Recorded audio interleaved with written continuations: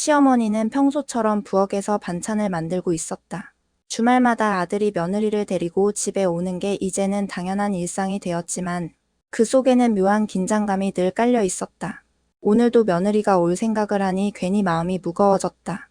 며느리는 착하고 깔끔하긴 했지만 작은 말 한마디에도 표정이 금세 굳어지고 삐쳐버리곤 했기 때문이다.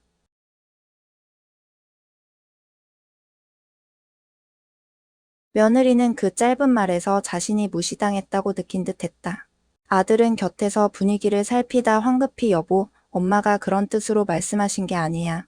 그냥 간을 맞추시려는 거지 하고 수습했다. 그러나 며느리는 이미 뾰로통한 얼굴로 젓가락을 내려놓고 식탁에 앉아버렸다. 가족들은 눈치를 보며 억지 웃음을 지었지만 식탁 위 공기는 한순간에 무거워졌다. 며느리는 결혼 전부터 감정 표현이 솔직했다.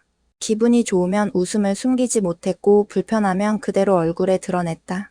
결혼 초반에는 그런 모습이 솔직하고 귀엽게 느껴졌지만 시간이 지나면서 가족 모임마다 반복되는 며느리의 삐침은 점점 집안의 큰 주제가 되었다. 명절이 다가오자 시댁 식구들은 모이기 전부터 은근한 불안을 느꼈다.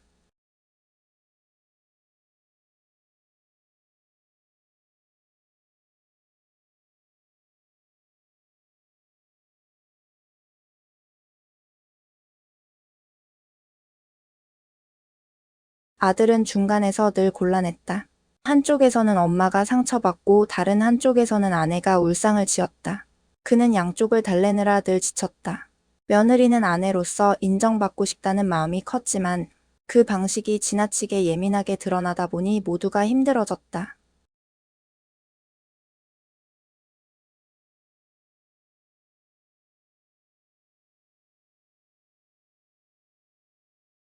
그날 대화 이후에도 갈등은 완전히 사라지지 않았지만 시어머니는 말을 아끼고 대신 웃음을 더 지으려 노력했다. 며느리 역시 조금씩 자신이 과민하게 반응했음을 깨닫고 예민한 순간 숨을 고르려 했었다. 하지만 여전히 작은 사건 하나로 집안 공기는 순식간에 얼어붙기도 했다. 며느리의 예민함은 단순한 성격 문제가 아니었다.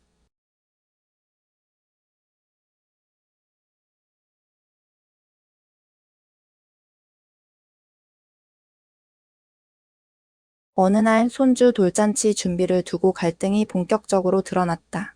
시어머니는 정성껏 돌상을 차리겠다고 했지만 며느리는 요즘은 그런 거 전문 업체에 맡기는 게 유행이에요. 어머님이 괜히 고생만 하실까 걱정돼요 라며 단호하게 반대했다. 시어머니는 고생이라는 말이 마음에 걸렸다. 자신이 손주를 위해 정성을 쏟는 게 며느리 눈에는 쓸데없는 수고로 보인다는 사실이 서운하게 다가왔다.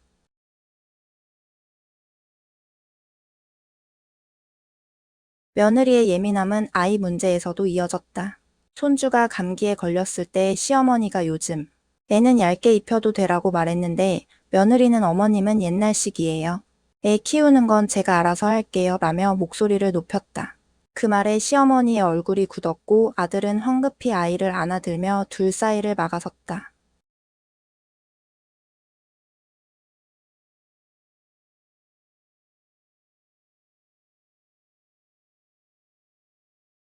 시어머니는 멍하니 며느리 방문 앞을 바라보다 이내 안방으로 들어가 한참 동안 나오지 않았다. 시아버지는 조용히 신문을 펼쳤지만 글자가 눈에 들어오지 않았다. 아들은 방 안으로 들어가 울고 있는 아내를 달래며 여보, 제발 조금만 덜 예민하게 받아들이면 안 될까? 엄마도 힘드셔 하고 설득했지만 며느리는 끝내 내가 왜 늘 이해해야 하는데? 라며 울음을 터뜨렸다. 가족 모임이 끝나면 모두가 지쳐버렸다. 웃으며 대화를 나누는 순간조차 있었지만 며느리의 표정이 굳는 순간 모두의 얼굴빛도 함께 굳어졌다. 며느리는 늘 저는 그냥 솔직하게 제 감정을 표현할 뿐이에요 라고 말했지만 그 솔직함이 가족들에게는 불편한 긴장으로 다가왔다. 그러던 어느 날 결정적인 사건이 벌어졌다. 손주 생일을 맞아 다 같이 외식하러 간 자리였다. 시어머니가 아이에게 고기를 잘라주며 우리 이는 엄마 닮아서 입맛이 까다롭네라고 농담을 던진 순간 며느리는 얼굴이 굳더니 젓가락을 내려놓았다. 어머님은 왜 자꾸 저를 그렇게 표현하세요? 저를 까다로운 사람으로 몰아가시는 것 같아요. 식당 안은 순식간에 정적이 흘렀고 다른 손님들의 시선까지 느껴지는 순간이었다. 아들은 머리를 감싸쥐며 깊은 한숨을 내쉬었다. 시어머니는 당황한 얼굴로 내가 농담으로 한 말인데 왜 그렇게 받아들이니 하고 중얼거렸지만 며느리는 이미 눈물을 글썽이며 자리에서 일어나 버렸다. 결국 생일 외식은 엉망이 되었고 집으로 돌아가는 차 안에서 가족들은 아무 말도 하지 않았다. 라디오 소리만이 공허하게 차 안을 채웠다. 이 사건 이후 시댁 식구들은 며느리와 거리를 두기 시작했다. 필요할 때만 연락하고 모임도 최소한으로 줄였다. 시어머니는 속으로 내가 뭘 잘못했을까를 수없이 되뇌었고 며느리는 나는 왜 늘 오해받고 힘들어야 할까라며 눈물을 삼켰다. 아들은 두 사람 사이에서 더 이상 해줄 수 있는 게 없다는 무력감을 느끼며 점점 지쳐갔다. 갈등은 이제 단순히 잘 삐지는 며느리의 문제가 아니라 가족 전체를 짓누르는 무거운 짐이 되어가고 있었다. 그리고 그 짐은 언젠가 더 크게 터져 나올 듯 모두의 어깨 위에 얹혀 있었다. 생일 외식 사건 이후로 며느리와 시댁의 관계는 눈에 띄게 달라졌다. 예전에는 주말마다 오가던 왕래도 점점 줄었고 연락조차 형식적으로만 이어졌다. 아들은 중간에서 애써 균형을 잡으려 했지만 늘 불안했다. 아내의 눈치를 보자니 엄마가 서운해하고 엄마 편을 들자니 아내가 상처받았다. 두 사람 사이에 서 있는 그는 점점 무력해져 갔다. 며느리는 겉으로는 아무렇지 않은 척했지만 속으로는 늘 불안했다. 나는 왜 이렇게 오해만 받는 걸까? 왜 시댁 식구들은 나를 예민한 사람으로만 보는 걸까? 하지만 자신이 어떤 말과 표정을 지을 때마다 분위기가 얼어붙는다는 사실도 부정할 수 없었다. 그 역시 스스로를 괴롭히는 지점이었다. 결정적인 계기는 명절에 찾아왔다. 오랜만에 모인 자리에서 시어머니는 최대한 아무 말도 하지 않으려 노력했다. 그러나 침묵마저도 며느리에게는 차가운 벽처럼 다가왔다. 설거지를 하던 며느리는 결국 눈물을 터뜨리며 말했다. 저는 왜 항상 잘못한 사람처럼 느껴져야 하나요? 그냥 인정받고 싶을 뿐인데 왜 저는 늘 눈치만 봐야 하는 거죠? 순간 집안은 정적에 휩싸였다.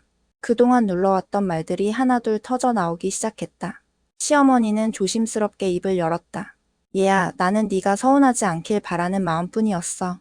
그런데 네가 자꾸 삐치니까 이제는 어떤 말을 해야 할지 두렵더라. 그래서 아예 말을 안 하게 됐어. 시아버지는 신문을 내려놓고 중얼거렸다. 가족끼리 눈치를 본다는 게 말이 되나? 다들 힘들다. 신우이는 결국 참지 못하고 말했다. 언니, 우리는 그냥 같이 웃고 싶었어. 그런데 언니가 자꾸 삐지니까 우리도 웃을 수가 없었어. 모두의 솔직한 말이 쏟아지자 며느리는 더 이상 버티지 못하고 방으로 들어가 울음을 터뜨렸다. 아들은 방 안에서 울고 있는 아내의 등을 두드리며 말했다. 여보, 당신이 얼마나 힘든지 알아. 하지만 나도 엄마도 아빠도 다 힘들어.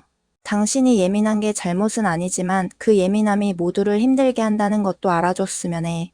그날 밤 며느리는 한참 동안 혼자 울었다. 그리고 처음으로 스스로를 돌아보았다. 결혼 이후 자신이 얼마나 인정받고 싶어 했는지, 작은 말에도 왜 그렇게 쉽게 상처받았는지, 그 뿌리에는 늘 자신을 부족하다고 여겨온 어린 시절의 기억이 있었다. 칭찬보다 지적을 더 많이 듣고 비교 속에서 자라왔던 기억이 지금의 불안과 예민함으로 이어지고 있었던 것이다. 며칠 후 며느리는 용기를 내어 시어머니에게 전화를 걸었다. 어머님, 저 때문에 많이 힘드셨죠? 저도 제 마음을 잘 다스리지 못해서 죄송했어요. 그 말에 시어머니는 잠시 침묵하다가 담담히 대답했다. 얘야, 나도 너 마음을 몰라줬던 것 같아. 앞으로는 서로 조금씩만 이해하려고 하자. 그 통화 이후 두 사람의 관계가 완전히 달라진 것은 아니었다. 여전히 작은 말에 며느리의 표정이 굳을 때가 있었고 가족들이 눈치를 볼 때도 있었다. 그러나 예전처럼 말없이 쌓아두기보다는 서로의 마음을 조금씩 꺼내놓으려 노력했다.